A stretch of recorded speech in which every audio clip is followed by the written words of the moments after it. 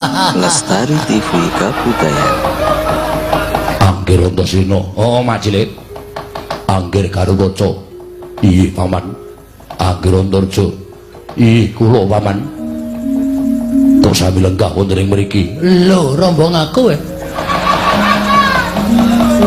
rombong aku, dadi kowe iki mau asline mung tak pancing. Aku asline wani karo kowe iki jane asline wedi. Ning kowe tak pancing kowe bungahe ngantil karo Bagong.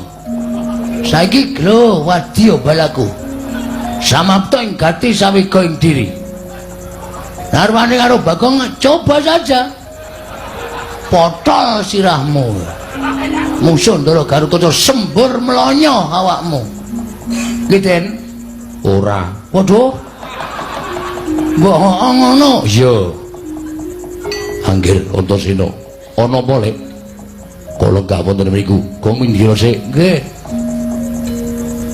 Sampurnake mau. Wong glelenge kepati-pati ora.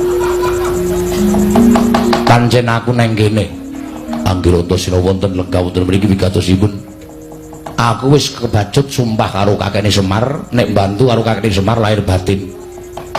Monggo kakene Semar paring dawuh karo aku ora perlu dibantu babakan Prabaya Brana Picis ning dibantu babakan kekuatan. Yen ana pacoban ingkang bakal tumama kakene Semar nggone bangun kayangan, aku sing tinanggenah supaya nyingkirke pacoban mau. Monggo Bagong matur karo aku nek Siwa Ndarawati dibantu Macilik Setyaki bakal njugarake Kakang Semar nggone bakal bangun kayangan. Bener apa ora?